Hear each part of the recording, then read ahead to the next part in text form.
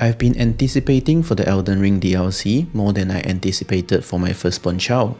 So I actually thought very long and hard about how do I replay the base game in a way that sets me up optimally for the DLC and at the same time allows me to re-experience the game in a fresh and fun way.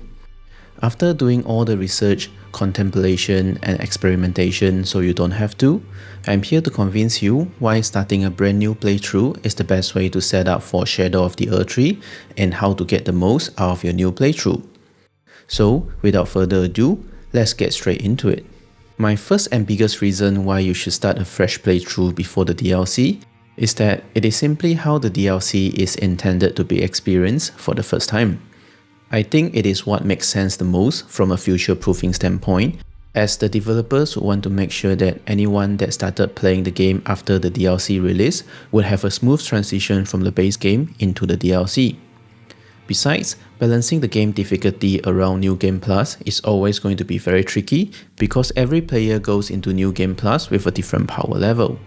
The content will be too easy for players that are jacked to the teeth because they decided to farm a million runes to beat the boss instead of just getting good, but too difficult for players who like to smash their heads against the boss until they die of old age.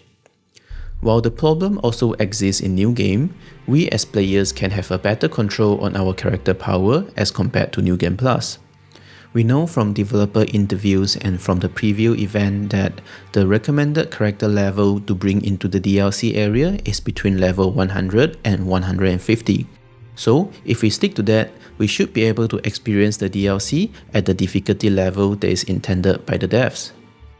For the second reason, if you did not choose the Wretch as your starting class, I'm here to make an argument for you to consider starting a new playthrough as a Wretch. Besides, it's really funny to run around with just a loincloth and a club, I do believe that the Wretch is the best class to bring into the DLC. Before you start calling me a crazy person, let me explain. Say if you start as a samurai and have been using a dex build, but in the DLC area you find a new weapon that you really like that requires an intelligence or faith build. And when you go and respec your samurai, you will find that you can only respec to level 9 and cannot change the 15 dexterity and 12 strength that the character started with, and those stats will be completely useless for your new build. Whereas if you respec a Wretch, you can go all the way back to level 1 and you'll be free to allocate all the levels into stats that are useful for your build instead of having 8 levels already pre-allocated for you like every other class. Sometimes, those 8 levels can make a big difference, especially in the endgame where every additional level becomes significantly harder to come by. And for all the masochists out there, playing as a Wretch does add quite a bit of difficulty at the beginning of the game, so it can be something that you might enjoy doing. The next reason to start a fresh playthrough is the ability to set up the game world to a stat that is ideal for post-DLC gameplay. From interviews with Miyazaki and referencing past From Software games, we know that the DLC will have minimal, if any, impact to the base game.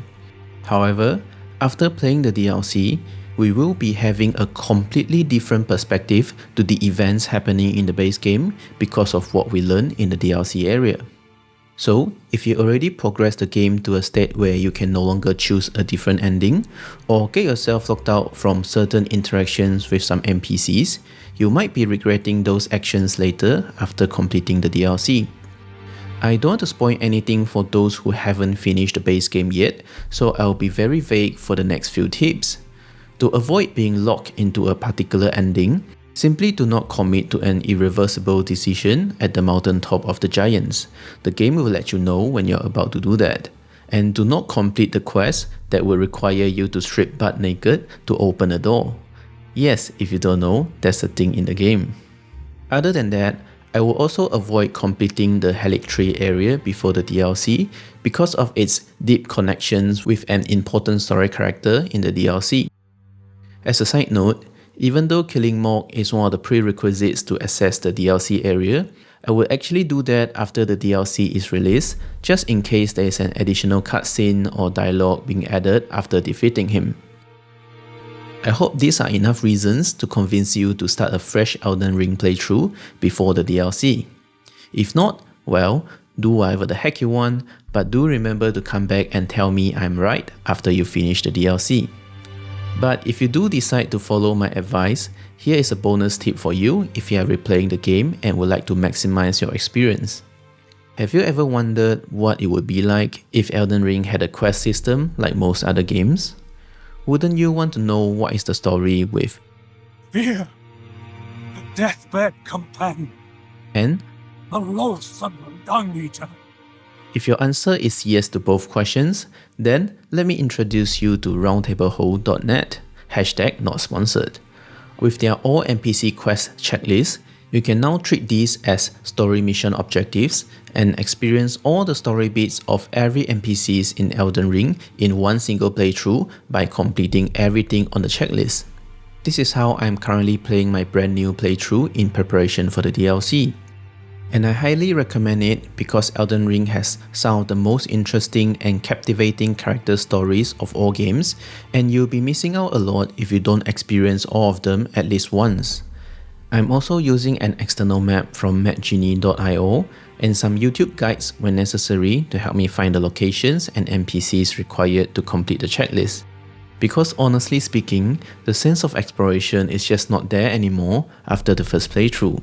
I will link both the external map and the Roundtable whole checklist in the description in case you also want to play the game in the same degenerate way. But in all seriousness, if this is your first playthrough, ignore everything I just said and just play the game blind as much as you can. You can only play the game for the first time once, and playing it blind is the best way to do it. So, this is the end of me telling you how to play Elden Ring.